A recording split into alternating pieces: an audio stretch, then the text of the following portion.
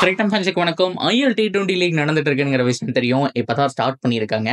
First மேட்சே செமையா இருந்தது. So அதைத் தொடர்ந்து ஆர்சிபி ஃபேன்ஸ் எல்லாம் அதிர்ச்சி அடைகிற மாதிரி ஒரு சம்பவம். அவ்வளோ ஒரு ஆனந்தத்தில் இருக்காங்கன்னு சொல்லி ஆகணும். ஏன்னா ஃபில் சால்ட்டுடைய ஓப்பனிங் மேட்சுடைய அந்த ஒரு ஸ்கோர் எல்லாம் பார்த்துட்டு சும்மா தெறிக்க விட்டுட்டு இருக்காங்க சோசியல் மீடியாவில்.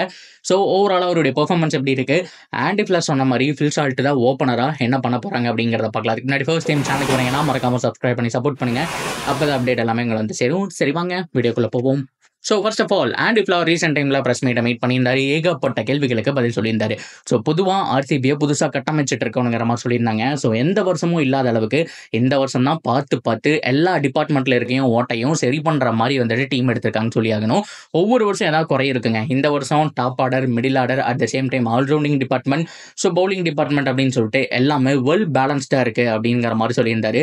அட் த சேம் டைம் ரொம்ப ரொம்ப முக்கியமாக ஓப்பனர் யார் அப்படிங்கிற கேள்விக்கு பதில் சொல்லியிருந்தாரு. ஃபில் சால்ட் கண்டிப்பாக பிளேயிங் லெவலில் இருக்க போறாருங்கிற மாதிரி தகவல் வந்துச்சு. அதுக்கப்புறம் நம்ம ஃபேன் சும்மா விடுவாங்களா, ஃபில் சால்ட் ஒவ்வொரு மேட்ச் எப்படி ஆடுறான், ஸோ நல்லா ஒரு ஸ்ட்ரைக் ரேட்லாம் இருக்கா, ஸோ என்ன பண்ணிட்டு இருக்காங்க அப்படிங்கிற மாதிரி பார்த்துட்டு இருக்கும்போது ஸோ சரியான அடிங்க. ஸோ ஆல்மோஸ்ட் 70 ரன்னுக்கு மேலே அடிச்சாரு, 49 பால் பிடிச்சி. ஸோ அதில் வந்துட்டு கிட்டத்தட்ட ஒரு 4 6 அடிச்சாருன்னு நினைக்கிறேன். ஸோ ஒவ்வொரு ஷாட்டுமே கிளீன் ஹிட்டு. அது மட்டும் இல்லாமல் கொஞ்சம் லக் இருந்தது. அது மட்டும் இல்லாமல் அவருடைய பேக் ஃப்ளோ நல்லா இருக்கு, ரீசெண்ட் டைமில் ஃபார்ம் நல்லா இருக்கு. ஸோ கண்டிப்பாக அவர் தான் ஓப்பன் பண்ணி ஆகணும். ஸோ இப்போ இருக்கிற மிகப்பெரிய டவுட் என்ன அப்படின்னா, விராட் ஓப்பன் பண்ணுவாரா இல்லைன்னா தேவ்தத் படிக்கலுக்கு சான்ஸ் கிடைக்குமாங்கிற மாதிரி பார்த்துட்டு இருக்காங்க. ஸோ விராட் ஒன் டவுன்ல வந்தாரு அப்படிங்கிற பட்சத்தில் கண்டிப்பாக டீமுடைய பேட்டிங் டெப்த் இன்னும் கொஞ்சம் நல்லா இருக்கும்.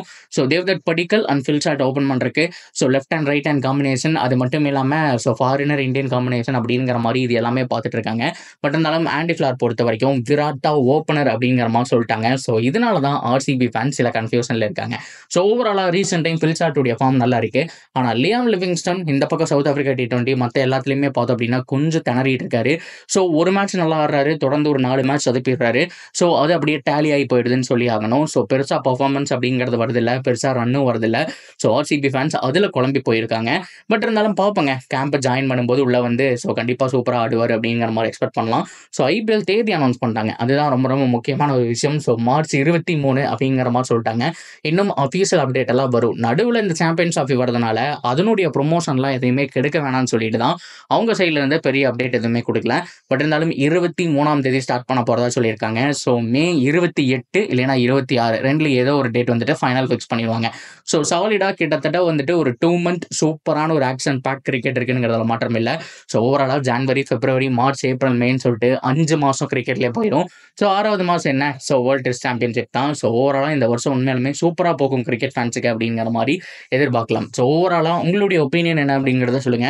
ஆர்சிபி பிளேயிங் லெவனில் இந்த டாப் 3 தான் ரொம்ப கன்ஃபியூஷனாக இருக்குது. ஃபில் சால்ட் ரீசெண்ட் டைமில் சூப்பர் ஃபார்மில் இருக்காரு. ஸோ அவருடைய ஃபார்மை கெடுக்காமல் இருக்கிறதுக்கு ஸோ அவர் அப்படியே இருக்கணும்.